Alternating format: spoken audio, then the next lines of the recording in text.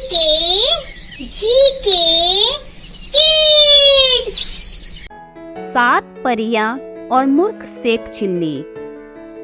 सेठ चिल्ली बहुत ही गरीब परिवार से था। वह पढ़ाई लिखाई में भी बहुत कमजोर था। अगर वो किसी चीज में माहिर था तो वो था दिन भर बस खेल कूद करना। अपना सारा समय वह मोहल्ले के लड़कों के साथ कंचे खेलने में बिता देता था। इसी तरह उसका पूरा बचपन बीत गया। धीरे धीरे वह बड़ा होता चला गया, लेकिन उसकी आदतें नहीं बदली। सेठ चिल्ली की इस आदत से उसकी माँ बहुत परेशान थी। वह चाहती थी कि सेठ चिल्ली अब बड़ा हो गया है तो उसे कुछ काम धंधा करना चाहिए ताकि घर की हालत सुधर सके। एक दिन उसने सेठ चिल्ली को बुलाया और खूब डांट लगाते हुए कहा, कब तक तू दिन भर ऐसे ही मोहल्ले के आवारा लड़कों के साथ कंचे खेलेगा? अब तो तू बड़ा हो गया है और हट्टा कट्टा भी है, तो तू कोई नौकरी क्यों नहीं करता है?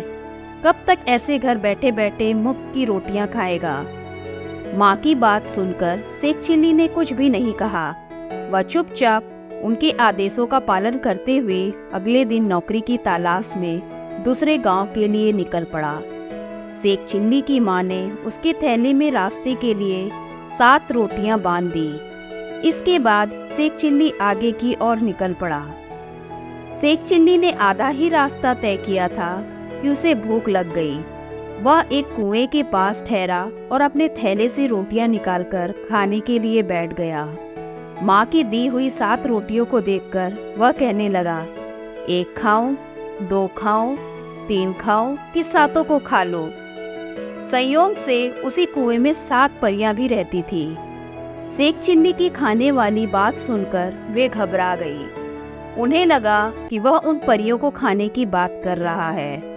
डर के मारे वे 7 परियां कुएं से बाहर आई और सेठ चिल्ली से विनती करने लगी कि वह उन्हें ना खाए।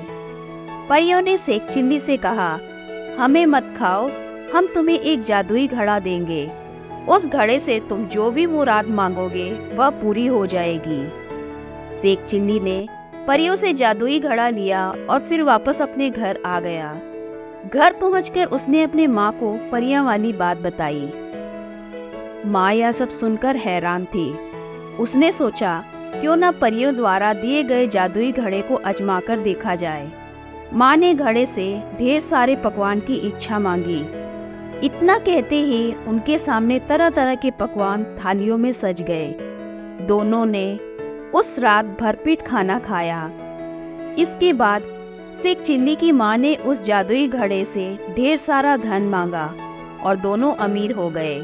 यह सब देखकर सेठ चिल्ली की माँ बहुत खुश थी, लेकिन उसके मन में डर था कि गांव वाले उसके मूर्ख बेटे से उनके अमीर होने का राज न उगलवा लें। तभी सेठ चिल्ली की माँ को एक तरकीब सूझी। वह बाजार गई और ढेर सारे बतासे खरीद लाई। फिर घर के छप्पर पर चढ़कर उनकी बारिश करने लगी। छप्पर से बतासे की बरसात देखकर सेठ चिल्ली खूब खुश हुआ। उसे लगा ऐसा उस घड़े की वजह से हो रहा है। उसने ढेर सारे बतासे खाए। अमीर बनने के बाद सेठ चिल्ली व उसकी माँ के रहने और तौर तरीके भी बदल गए, जिसे कुछ ही दिनों में गांव के लोगों ने भांप भी लिया। गांव के लोग सोचने लगे कि अचानक ये इतनी अमीर कैसे हो गए। गांव के कुछ लोग सेठ चिल्ली की माँ के पास गए और पूछने लगे, आखिर उन लोगों के पास इतने सारे धन कहाँ से आए। गांव वालों की बात सुनकर सेठ चिल्ली माँ ने कुछ नहीं बताया, तो उन्होंने सोचा कि चलो सीधा मूर्ख सेठ चिल्ली से ही पूछ लिया जाए। एक दिन मौका मिलते ही गांव के लोगों ने सेठ चिल्ली को बुलाया और उससे पूछा कि आजकल तुम्हारे रंग ढंग कैसे बदल गए हैं। इस पर सेठ चिल्ली ने उन्हें परी और जादुई घड़े वाली सारी बात बता दी। सेठ चिल्ली की बात सुनकर गांव वाले उसके घर पर गए और जादुई घड़ा दिखाने के लिए कहने लगे। इस पर सेठ चिल्ली की माँ ने कहा कि उनके पास ऐसा कोई घड़ा नहीं है। माँ ने कहा, तुम लोग तो जानते ही हो कि मेरा बेटा मूर्ख है, यह तो दिन में भी सपने देखता है। यह सुनकर सेठ चिल्ली ने जोर देते हुए कहा, माँ याद करो, मैंने तुम्हें ही वो जादुई घड़ा दिया था, क्या तुम भूल गई? उसी घड़े से तो हमने रात में ढेर सारे पकवान खाए थे और फिर हमारी छप्पर से बतासे की बारिश भी हुई थी। यह सुनकर उसकी माँ ने हंसते हुए कहा, लो अब बताओ कोई, भला छप्पर से भी कहीं बतासे की बारिश होती है? अब गांव वालों को भी शेख चिल्ली की माँ की बातों पर यकीन हो गया था। उन्होंने मान लिया कि शेख चिल्ली ने कोई सपना देखा होगा और उन्हें कोई मनगढ़ंत कहानी सुना रहा होगा और सभी अपने अपने घर वापस चले गए।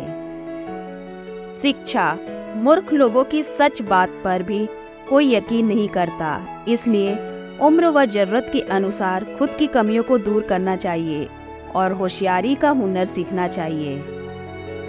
धन्यवाद।